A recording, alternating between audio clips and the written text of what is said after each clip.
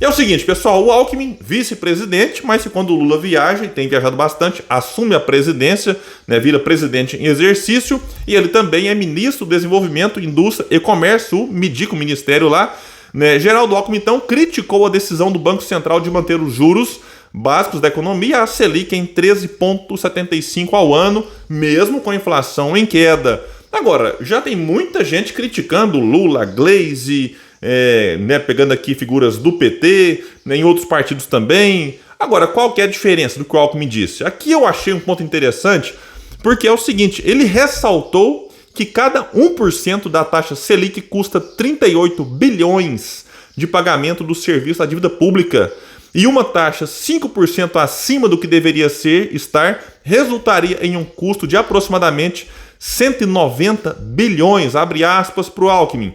Você fica fazendo economia de 1 bilhão, meio bilhão e acaba gastando aí quase 200 bilhões em razão de ter uma taxa Selic nessa altura. E aqui ele foi muito feliz na fala porque, além de criticar, ele trouxe números que precisam chocar as pessoas, precisam assustar. A gente está falando aqui de algo, né, ele traz a conta aqui de 5 pontos acima daquilo que deveria ser, 5%, 190 bi, quase 200 bi, mas vários economistas falam que a Selic tinha que estar no máximo em 8% ao ano. Então, se ela está em 13,75, dá 5,75.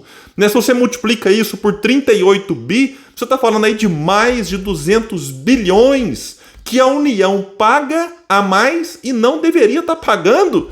Esse dinheiro vai para quem? Vai para quem tem título da dívida, vai para os rentistas, é dinheiro que deixa de ir para a saúde, para a educação, para fazer estradas, enfim, para investir em infraestrutura, gerar emprego para as pessoas e vai para o bolso de alguns. Então, um negócio surreal. Né? Alckmin também ressaltou que durante a eleição de Bolsonaro, enquanto Campos Neto também esteve à frente do Banco Central, a Selic já foi reduzida para 2% ao ano, nível mais baixo da série histórica. Isso aqui sim aconteceu durante a pandemia. Eu sou pequeno empresário aqui na cidade de Uberlândia, eu lembro desse momento e foi muito bom. Foi importante que a gente sofria, né, os impactos da economia, com comércio que o negócio abre, depois fecha, aí você pode trabalhar só com delivery durante um tempo, com porta fechada, aí depois, né, abria, dependendo ali de como é que estava a situação da pandemia. Eu entendi, né, o que a gente tinha que fazer para ajudar, para dar nossa contribuição aí por conta, para evitar aglomeração.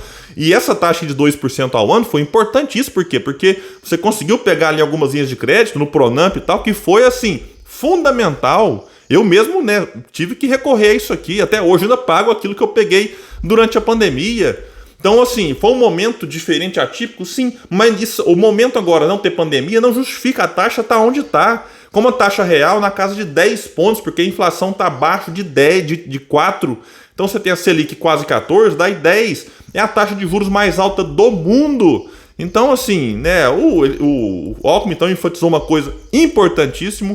Ele enfatizou que se a preocupação é a dívida pública, não há nada pior do que manter a taxa de juros desnecessariamente alta, sim, porque os liberais falam que tem que reduzir gastos para não aumentar a dívida, tem que reduzir a dívida, não sei o quê. Mas com todo o perdão a quem eventualmente acha que o que eu vou falar aqui é uma palavra muito dura, mas os canalhas que dirigem o Banco Central vão lá e mantêm a Selic nesse patamar. Então, assim, mas tem que ter austeridade, tem que cortar na educação, tem que cortar na saúde, porque a gente tem que sacrificar agora para poder colher os frutos na frente, dizem aí os liberais. Mas e como é que você tem um discurso de austeridade, né, naquilo que o povo precisa e mantém a taxa de juros nesse patamar? Lembrando que o Alckmin disse, gastando aí, segundo as contas dele, mas daria até mais, 190 bilhões de uma maneira desnecessária. Então tá aí o Campos Neto. Eu já disse aqui várias vezes, eu não acho que esse cidadão tem boa vontade, não acho que ele é bem intencionado, e eu acho que ele faz isso claramente para agradar quem manda nesse país. E quando ele sair do Banco Central, o que poderia acontecer antes do fim do seu mandato, se o Lula trabalhasse, né, e a equipe também, o Haddad e a Tebet, para exonerá-lo antes, motivos para isso tem um deputado petista falando a coisa certa, que é o Lindenberg Farias, né, ele vai sair o Campos Neto e vai trabalhar num banco, anotem aí, simples assim. Então esperar o quê de um cidadão como esse? Mas ele vai ser tocado de compaixão e vai reduzir. Não vai. Se reduzir vai ser aí, depois da reunião de agosto, deve ser lá em setembro, outubro, 0,25 ou 0,50, para dizer que tá tendo boa vontade, depois vai ter que esperar como é que o mercado vai reagir. É isso, eu já tô até imaginando, né, isso aí acontecer. Valeu e até o próximo vídeo nesse espaço que luta por um Brasil melhor.